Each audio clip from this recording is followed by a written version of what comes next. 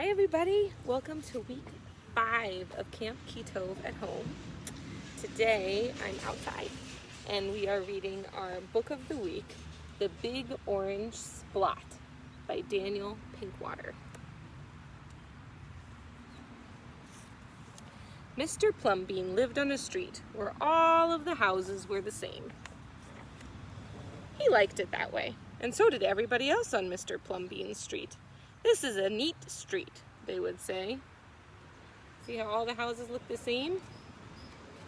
Then, one day, a seagull flew over Mr. Plumbean's house, and he was carrying a can of bright orange paint. That's weird. Nobody knows why. And he dropped the can, nobody knows why, right over Mr. Plumbean's house. I wonder where he got that paint from. It made a big orange splot on Mr. Plumbean's house. Ooh, too bad, everybody said. Mr. Plumbean will have to paint his house again.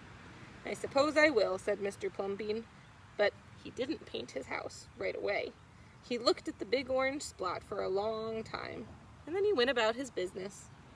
Some of the neighbors got tired of seeing that big orange splot, and they said, Mr. Plumbean, we wish you would get around to painting your house. Okay, said Mr. Plumbean. Maybe he liked the spot. He got some blue paint, and he got some white paint, and that night he got busy. He painted at night because it was cooler.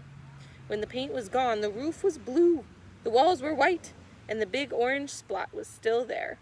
Then he got some more paint, and he got red paint, yellow paint, green paint, and purple paint. You see him painting? In the morning, the other people on the street came out of their houses. Their houses were all the same, but Mr. Plumbean's house was like a rainbow. It was like a jungle. It was like an explosion. Oh my goodness, it looks very different, right? There was the big orange splot, and there were little orange splots, and there were stripes, and there were pictures of elephants and lions and pretty girls and steam shovels. And the people said, Plumbean has popped his cork, flipped his wig, blown his stack, and dropped his stopper. What do you think all those things mean? They went away muttering. That day, Mr. Plumbean bought carpenter's tools, and that night he built a tower on top of the roof, and he painted a clock on that tower. Let's see what it looks like. Woo-hoo. The next day, the people said, Plumbean has gushed his mush, lost his marbles, and slipped his hawser. They decided that they would pretend not to notice. Could you pretend not to notice that house? Oh my goodness. It is a very unique house.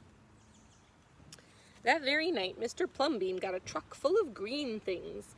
He planted palm trees and baobabs, thorn bushes, onions, and frangipani. In the morning, he bought a hammock and an alligator. Just like my hammock. When the other people came out of their houses, they saw Mr. Plumbean swinging in a hammock between two palm trees, and they saw an alligator lying in the grass. Mr. Plumbean was drinking lemonade. What do you guys think? Does he look happy? He seems to be chilling to me. Mr. Plumbean has gone too far. This used to be a neat street. Plumbean, what have you done to your house? The people shouted. My house is me and I am it. My house is where I like to be, and it looks like all my dreams, Mr. Plumbean said. The people went away. They asked the man who lived next door to Mr. Plumbean to go and have a talk with him. Tell him that we all liked it here before he changed his house.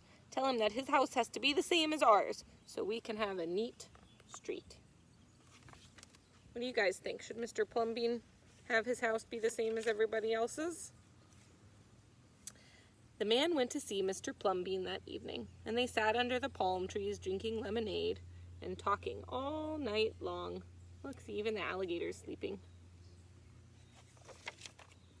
Early the next morning, the man went out to get lumber and rope and nails and paint, and when the people came out of their houses, they saw a red and yellow ship next door to the house of Mr. Plumbean. Oh my goodness. Look at that house. How do you get in? I didn't even see a door. Do you think you have to climb up a ladder? What have you done to your house? They shouted at the man. My house is me and I am it. My house is where I like to be, and it looks like all my dreams, said the man who had always loved ships. He's just like Mr. Plumbean, the people said. He's got bees in his bonnet, bats in his belfry, and knots in his noodle. Then, one by one, they went to see Mr. Plumbean late at night. They would sit under the palm trees and drink lemonade and talk about their dreams. And whenever anybody visited Mr. Plumbean's house, the very next day, that person would set about changing his own house to fit his dreams. Oh my goodness, look at these houses. Let's see. This one looks like a big balloon. And this one's like a sultan's palace. These people have quite a renovation budget. Oh my goodness, and look at this castle with a moat around it. And this one's like a Greek temple. These are some pretty cool houses. And that's the end. Well, my friends, I hope you enjoyed this book. And this week we're going to talk about our houses and what our dream house is and what we love about our house and our home. And we're going to talk about Kehilah, which is our community. And we're going to talk about creativity and individuality, what makes us really special. Just like Mr. Plumbean said, what's our dream and what makes me, me.